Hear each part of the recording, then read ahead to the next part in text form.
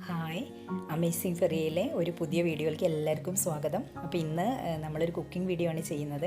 അപ്പോൾ ഇത് റേഷനരി കൊണ്ടുള്ള ഒരു ടൊമാറ്റോ റൈസും കാന്താരി മുളക് ചേർത്തിട്ടുള്ള നല്ലൊരു ചിക്കൻ കറിയാണ്. അപ്പോൾ നമ്മളത് എളുപ്പത്തിൽ ഉണ്ടാക്കാൻ പറ്റിയൊരു വിഭവമാണ്. അപ്പോൾ എല്ലാവരും ഒന്ന് ട്രൈ ചെയ്ത് നോക്കുക.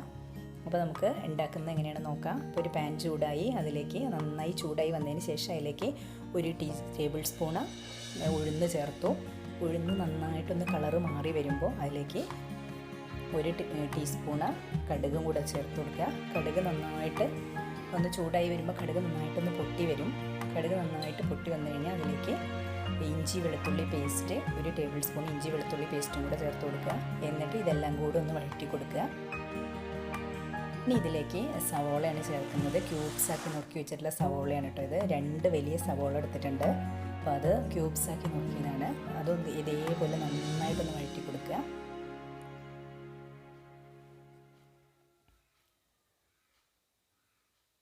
അവിടെ സവോള ഏകദേശം ഒന്ന് വഴന്ന് വന്നിട്ടുണ്ട്. പിന്നെ ഇതിലേക്ക് പച്ചമുളകും കൂടെ ചേർത്ത് കൊടുക്കുക. ഒരു 4 പച്ചമുളക് ഞാൻ എടുത്തിട്ടുണ്ട്. ഇത് അത്യാവശ്യം എരിവുള്ളൊരു പച്ചമുളകാണ്. അപ്പോൾ 4 എണ്ണം ചേർത്തു. ഇനി ഇതിലേക്ക് നമ്മൾ നുറുക്കി വെച്ചിട്ടുള്ള ടൊമാറ്റോയും കൂടിയാണ് ചേർത്ത് കൊടുക്കുന്നത്. അപ്പോൾ ഒരു 3 വലിയ ടൊമാറ്റോ ആണ്, അത് ചെറുതാക്കി നുറുക്കിയതാണ്. അതും കൂടെ ചേർത്ത് കൊടുത്തിട്ട് നന്നായിട്ടൊന്ന് വഴറ്റി കൊടുക്കുക. ഇനി കുറച്ച് കറിവേപ്പിലയും കൂടെ ചേർത്ത് കൊടുത്തു. അപ്പോൾ ഇതെല്ലാം കൂടെ ചേർത്തിട്ട് നന്നായിട്ടൊന്ന് വഴറ്റി കൊടുക്കുക. അപ്പോൾ ഇതൊന്ന് അടച്ച് വെച്ച് കഴിഞ്ഞാൽ ഇത് പെട്ടെന്നാവും. ഇതിലേക്ക് കുറച്ച് മഞ്ഞൾപ്പൊടിയും, ഒരു ടീസ്പൂൺ മഞ്ഞൾപ്പൊടി ചേർത്ത് കൊടുക്കുന്നത് കളർ കിട്ടുന്നതിന് വേണ്ടിയിട്ടാണ്. കുറച്ച് മഞ്ഞൾപ്പൊടി ചേർത്ത് കൊടുത്തു. അതേപോലെ തന്നെ കുറച്ച് മല്ലിപ്പൊടിയും കൂടെ ചേർത്ത് കൊടുക്കുന്നുണ്ട്.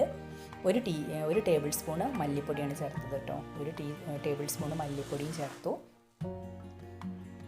ഇനി ഇതിലേക്ക് കുറച്ച് കളർ കിട്ടുന്നതിന് വേണ്ടിയിട്ട്, കുറച്ച് എരിവും കിട്ടുന്നതിന് വേണ്ടിയിട്ട് മുളക് പൊടിയും കൂടെ ചേർത്തു. ഒരു കാശ്മീരി മുളക് പൊടിയാണ്, ഒരു ടീസ്പൂൺ കാശ്മീരി മുളക് പൊടിയും കൂടെ ചേർത്തിട്ടുണ്ട്. ഇനി ഇതെല്ലാം കൂടെ ഒന്ന് വഴറ്റി കൊടുക്കുക. എന്നിട്ടൊന്ന് അടച്ച് വെച്ച് കഴിഞ്ഞാൽ ഇത് പെട്ടെന്നായി കിട്ടും. ഇതിലേക്ക് ആവശ്യത്തിനുള്ള ഉപ്പും കൂടെ ചേർക്കുക. ഈ മസാലയിലേക്ക് ആവശ്യത്തിനുള്ള ഉപ്പാണ് ഇവിടെ ചേർക്കുന്നത്.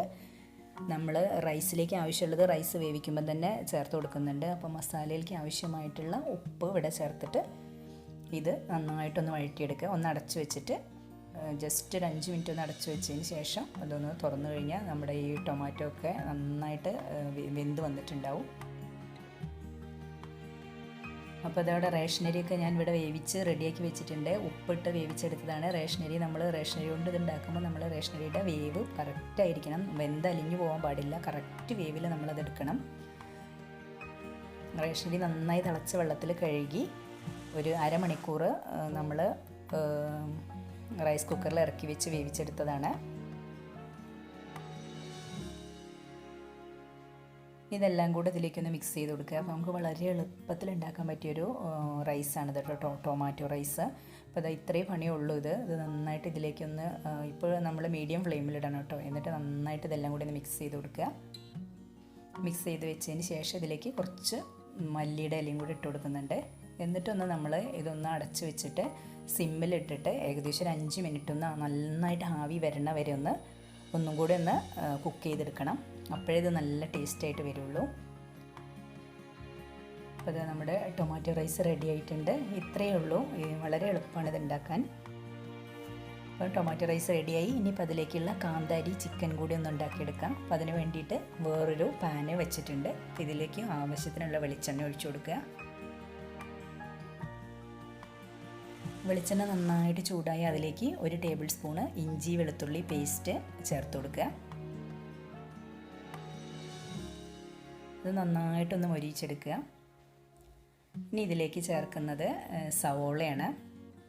അപ്പം ഞാനൊരു 4 സവോള എടുത്തിട്ടുണ്ട്. 4 സവോള ക്യൂബ്സാക്കി നുറുക്കിയതാണ്. ഇത് ഏകദേശം 1 കിലോയുടെ അടുത്ത് ചിക്കൻ ഉണ്ട്. അപ്പോൾ അതിലേക്കുള്ള അളവാണ് ഞാൻ പറയുന്നത്.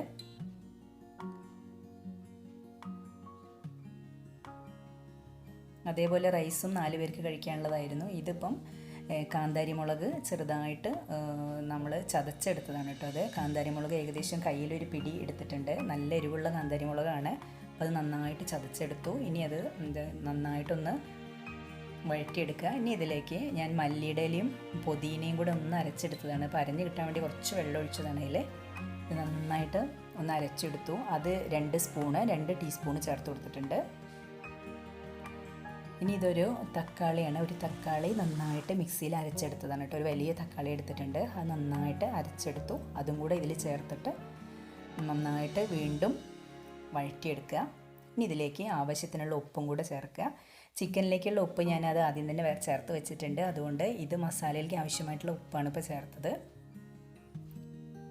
ഇനി ഇതിലേക്ക് കുറച്ച് മസാലകളും കൂടെ ഇട്ട് കൊടുക്കുക. അപ്പോൾ ഇതിലേക്ക് കുറച്ച് 1 ടീസ്പൂൺ മഞ്ഞൾപ്പൊടിയും അതേപോലെ തന്നെ 1.5 ടീസ്പൂണ് മല്ലിപ്പൊടി ഇട്ടിട്ടുണ്ട്.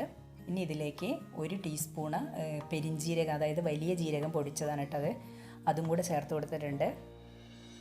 ഇതിപ്പോൾ ചിക്കൻ ഇതിവിടെ ജസ്റ്റ് ഒന്ന് ഞാൻ വേവിച്ച് വെച്ചിട്ടുണ്ട്. ഒരു ചിക്കനിൽ കുറച്ച് മല്ലിപ്പൊടിയും മഞ്ഞൾ പൊടിയും ഉപ്പും കൂടെ ചേർത്തിട്ട് ഒന്ന് ആവി കയറ്റിയെടുത്തതാണത് ഈ ചിക്കൻ. അതാണ് ഇപ്പോൾ ഇതിലേക്ക് ചേർത്ത് കൊടുക്കുന്നത്. ചിക്കനിലേക്ക് ഉപ്പും കൂടെ ചേർത്തിട്ട് വേവിച്ചത് ആവി കയറ്റിയെടുത്തതാണ്. ചിക്കൻ വെന്ത് കിട്ടുമൊന്നും വേണ്ട, ജസ്റ്റ് ഒന്ന് ആവി കയറ്റിയെടുത്തതാണ്. അപ്പോൾ അത് പെട്ടെന്നാവും, അതിന് വേണ്ടിയിട്ടാണ്. അപ്പോൾ അത് നമ്മുടെ ചിക്കൻ നന്നായിട്ട് തിളച്ച് വരുന്നുണ്ട്. ഇപ്പോൾ ഇതിലേക്ക് വെളിച്ചെണ്ണ വേണമെങ്കിൽ എനിക്ക് കുറച്ച് വെളിച്ചെണ്ണയും കൂടെ ചേർത്ത് കൊടുക്കാൻ തോന്നി, അപ്പോൾ കുറച്ചും കൂടെ വെളിച്ചെണ്ണ ചേർത്ത് കൊടുക്കുന്നുണ്ട്. ഇനി ഇതിൻ്റെ ഗ്രേവി തിക്കായി കിട്ടുന്നതിന് വേണ്ടിയിട്ട് ഇത് അണ്ടിപ്പരിപ്പ് അരച്ചെടുത്തതാണ്. ഒരു 5-8 അണ്ടിപ്പരിപ്പ് എടുത്തിട്ടുണ്ട്. അത് നന്നായിട്ടൊന്ന് അരച്ച് മിക്സിയിൽ അരച്ചെടുത്തിട്ടുള്ളതാണ്. അപ്പോൾ ഇതിൻ്റെ ഗ്രേവി നല്ല തിക്കായിട്ടിരിക്കാൻ വേണ്ടിയിട്ടാണ് ഇത് ചേർത്ത് കൊടുക്കുന്നത്. അപ്പോൾ അത് ഇത്രയേ പണിയുള്ളൂ.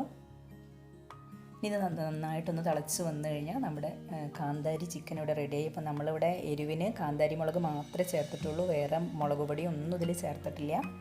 അപ്പം നല്ല കാന്താരി മുളകിൻ്റെ നല്ലൊരു ടേസ്റ്റ് ഉണ്ടാവും ഈ ചിക്കന്. ഇനി ആവശ്യത്തിന് മല്ലിയിലയും കൂടെ ഇട്ട് കൊടുക്കുക. ഇത് ജസ്റ്റ് ഒന്ന് തിളച്ച് കഴിഞ്ഞാൽ നമ്മുടെ കാന്താരി ചിക്കൻ കറി ഇവിടെ റെഡിയായി. അപ്പോൾ നമ്മുടെ ടൊമാറ്റോ റൈസിലേക്ക്, റേഷനരി കൊണ്ടുള്ള ടൊമാറ്റോ റൈസിലേക്ക് നല്ലൊരു കോമ്പിനേഷനാണ് ഈ കാന്താരി ചിക്കൻ കറി. അപ്പോൾ എല്ലാവർക്കും ഇഷ്ടമായി എന്ന് വിചാരിക്കണം. അപ്പോൾ വീഡിയോ എല്ലാവരും ഇഷ്ടമായി ഷെയർ ചെയ്ത് കൊടുക്കാനും ലൈക്ക് ചെയ്യാനും കമൻറ്റ് ചെയ്യാനൊന്നും മറക്കരുത്. നിങ്ങൾ ചാനൽ സബ്സ്ക്രൈബ് ചെയ്യാത്തവർ സബ്സ്ക്രൈബ് ചെയ്യുകയും കൂടെ ചെയ്യണേ. അപ്പോൾ ഇനി പുതിയൊരു വീഡിയോ ആയിട്ട് വീണ്ടും കാണാം. താങ്ക്